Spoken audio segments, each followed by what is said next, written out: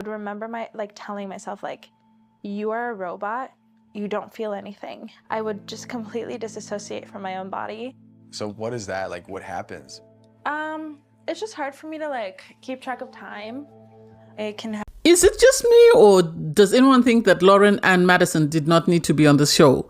They needed to be in a therapist's office, really speaking to someone. Because at the end of the day, to come on Love is Blind, where you know you're going to date multiple people, and then be upset that the person you're connecting with is also dating somebody else, that's a bit ludicrous. That's a bit ludicrous. And then to offload all your trauma onto somebody and expect them to be okay with it. Seriously, what do you expect him to think, Sherlock Holmes? What do you expect him to think? Do you expect him to commit to you and say, yes, I'll be able to deal with all your traumas when you're telling him you shut down like a computer when things get hard? Make it make sense? Make it make sense? Anyway, hey there, thanks for stopping by. It's Valerie. Welcome to my channel. If you're new here, don't forget to subscribe, click the like button, turn on the notification bell for when I upload new videos, and definitely leave a comment. In this episode, I'll be reviewing Love is Blind, Season 8, Episode 3. So we get the reveal for Joey and Monica, and I am going to say it, I was very anxious because I didn't know how she would receive him, because he's got this rugged look on him. He's not very well polished. Even his hair looks like it could do the wash and the blowout because of how greasy it looks. So I was pleasantly surprised. It seemed orcs. I'm not going to lie, they were very awkward. The way she was trying to crouch down and whatever. I think she was worried about her height and she didn't know how she measured up against him, whether she was taller than him or not. And so it was nice to see them sort of relax. They got a drink, he proposed, and the fact that he actually asked her, can I kiss you? It wasn't just a rush in and kiss. And he said that was the best kiss he's ever had. I didn't say anything fancy about it. She liked him, or it seemed like she liked him.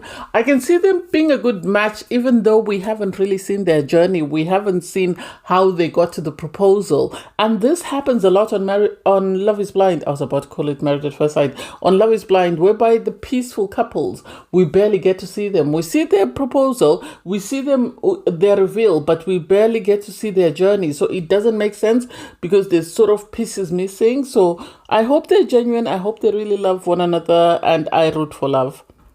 You have Taylor go on a date with Danielle. They're sort of talking, and she asks him, what was the best day of your life? And he talks about being cast for the show. And it's like, seriously, there must be something else outside of the show that has happened to you. Seriously, make it make sense. They talk about meeting your person, and he says, I don't know, because with Taylor, she's anxious. She's seen a lot of people fall in love, and she wonders if she'll ever meet her person. And he's sort of saying to her, you will meet a person. There is a person for you out there. It might be me, or it might be somebody else. And it's like, this should tell you enough that he's not really that into you. Because if he's telling you that it might be me or it might be somebody else, that means that he's not your person. Because if he was your person, he would tell you, I am your person. You don't need to worry about meeting anybody else. So it makes me side-eye Daniel and makes me question whether he's really there for the right reasons or whether he's just there to be on TV. You have Ben and Sarah. They speak obviously about her sister and her sister being gay. And it's like, we've already addressed this. Why do we keep bringing it up? Why does he keep needing to reassure you that he is okay with your sister being gay? And for her to indicate that, some of the guys that she's been in the pods with, as soon as she's told them that, it's very important that they support, the LGBTQ community, they haven't wanted a second date for her. And so that says a lot to her than anything else. And it's like, I understand where she's coming from, that you want someone who supports your family, who supports things that are important to you. But at the same time, you're never going to find someone who's going to be 100% on board with every single thing that you like. So she has to choose whether that's more important to her than the person that she marries. Obviously, this is her sister. She's very important to her. She's not going to sort of get rid of her sister or sort of break down her relationship with her sister to appease a guy. So I understand where she's coming from. But at the end of the day, this does not need to be the center of your conversations. They talk about their childhood, his routine when he was a child. He talks about growing up, it seems like, in a suburban household. And she talks about being a gamer with her sister. And so I don't quite get this connection. I'm not going to lie. I don't get this connection. I don't get what they are aligned on, because she seems very set in her ways. And if he doesn't sort of conform or contort himself to those ways, she is going to keep it stepping. That's the impression that I get from the two of them. And then you have Madison and Alex. Madison and Alex, what do I say? I think Madison is too thirsty. I'm going to say it. She's too thirsty because of the fact that she is trying to convince this guy to really like her. And it's like, you shouldn't be making so much effort to convince someone that you're an amazing person. It's either they like you or they don't. She brings her little Balian to show him, to give it to him, to cuddle. And then I think she's going to take it back because she wants to show him a different side of herself. And it's like, this is a bit too much. You do not need to convince someone to like you. And I think this comes from her background, where her mom had the substance abuse history, and then she told her parents to choose her. And I think because she realizes that Alex might not be choosing her, so she's making so much desperate effort to sort of get him to choose her. And it's like, you don't need to do all that. If somebody likes you, they like you. If they don't, they don't. All the guys are excited for Alex when he comes out with the toy, because, he's got a present. I think he's the first person to receive a present from the girl he's chatting to in the pods. And it's like, oh, it's not that deep. You have Mason go on 2 dates. First, he goes on a date with Madison, and then he goes on a date with Meg. And for me, they're playing the same game, in the sense that Madison is trying to keep both Alex and Mason on a string. That way she gets the option of, if one doesn't propose, the other will. Whereas Mason, on his part, seems to be doing exactly the same thing. He seems to be dangling sort of Madison and Meg, and trying to sort of keep a hold of the two of them. That way, if he doesn't propose to one, that he proposes to the other. So it's very questionable whether this is a romantic connection or not. With Madison, they speak about school, their careers, and the fact that, they're hoping they find their person. And then I don't think Meg is number one. I think Meg is his number two. Because he speaks to Meg. Meg is worried that, she might care for someone and he might not care about them as much as she does. And so they're having this conversation whereby he's sort of trying to sort of keep her trying to keep her interested.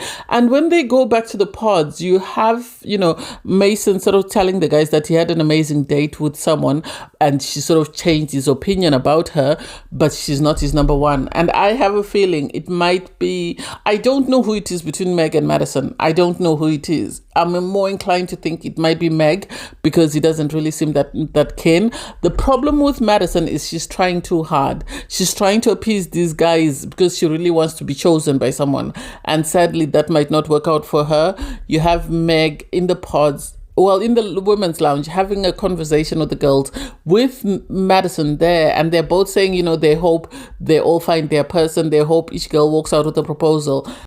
And it's like, this is what I meant when I said, I have a feeling Meg is taking whatever information she gets from Madison and she's using it in the pods on Mason. That way Mason keeps interested in her. I don't think she's been her genuine self, which means that even if he proposes and they leave the pods, they go on their honeymoon, when they come back, things are going to fall apart. So you have David go on 2 dates. His first date is with Lauren. With Lauren, they talk about kids. They also spoke about kids with Molly. And then they speak about, the tension in the girls' lounge, in the sense that, he's hoping that she's not being a mean girl and stuff. And it's like, the problem with Lauren, in my opinion, Lauren, I don't know whether she really likes David as a person.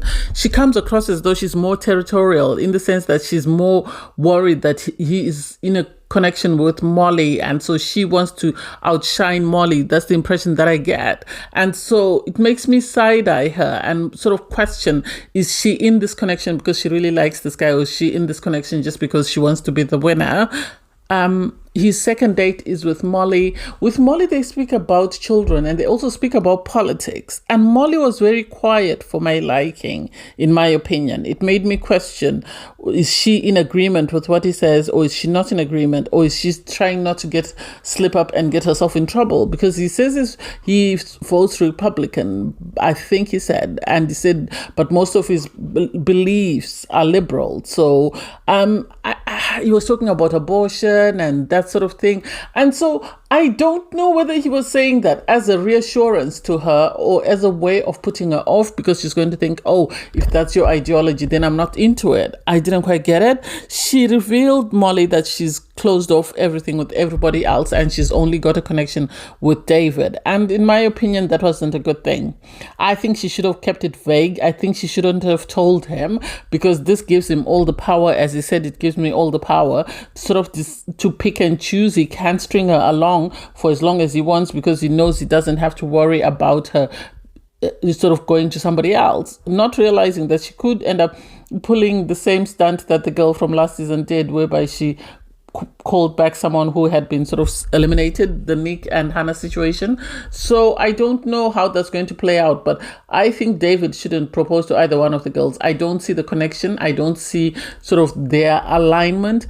In the women's lounge, you have the women sort of create this fort where they sort of lay there, and Lauren is in the fort up until the situation comes whereby you have Molly speaking about her connection and how much she likes the guy she's in a connection with, because Lauren already knows who Molly is seeing and who Molly is talking about. So she now says, oh, it's becoming a bit stuffy, and it's like, girl, you came on Love is Blind knowing that you're going to share a guy, so the audacity to be territorial doesn't make sense. You should just sit there and wait and see and let it play out for what it is. If he likes you, he'll choose you. If he doesn't choose you, he wasn't meant to be your person, and that's okay. So Devin goes on 2 dates. First is with Virginia, and then his next date is with Brittany, and I don't get it. Both girls are older than him, so I don't know whether they're connected to him because they only date a particular type of guy, or whether that's the only person that they clicked with.